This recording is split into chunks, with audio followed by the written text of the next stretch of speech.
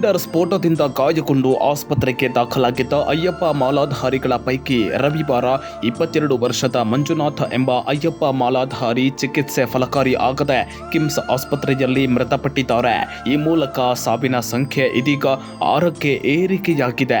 ರಿಜಿಸ್ಟ್ರೇಷನ್ಗೆ ready ಇರುವ ಪ್ಲಾಟ್ಗಳು 1200 ರಿಂದ 3500 per square feet ವರೆಗೆ. ಮೋರ್ಬಿನ್ ಪ್ರಾಪರ್ಟೀಸ್, ಕೇಶವಾಪುರ, ಹುಬ್ಬಳ್ಳಿ. ಉಣಕಲ್ನಲ್ಲಿ ರವಿವಾರ ರಾತ್ರಿ ಸಿಲಿಂಡರ್ ಸ್ಫೋಟಗೊಂಡ ಪರಿಣಾಮ 9 ಜನರು ಗಂಭೀರವಾಗಿ ಗಾಯಗೊಂಡಿದ್ರು. ಈ ಪೈಕಿ ಈಗಾಗಲೇ 5 ಜನ ಅಯ್ಯಪ್ಪ ಮಾಲಾಧಾರಿಗಳು ಚಿಕಿತ್ಸೆ ಫಲಕಾರಿ ಆಗದೆ ಕಿಮ್ಸ್ ಆಸ್ಪತ್ರೆಯಲ್ಲಿ ಮೃತಪಟ್ಟಿದ್ರು.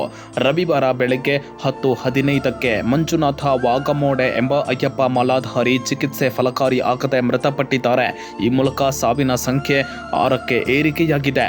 ಬೆಂಕಿ ದುರಂತದಲ್ಲಿ ಮಂಜುನಾಥ ಅವರ ದೇಹಕ್ಕೆ 70% ಸುಟ್ಟ ಗಾಯಗಳಾಗಿದ್ದವು. ಸದ್ಯ ಇನ್ನುಳಿದ 3 ಜನರಿಗೆ ಕಿಮ್ಸ್ ಆಸ್ಪತ್ರೆಯಲ್ಲಿ ಚಿಕಿತ್ಸೆ ಮುಂದುವರೆದಿದೆ. Vinay Reddy, crime bureau, public next, Hubballi.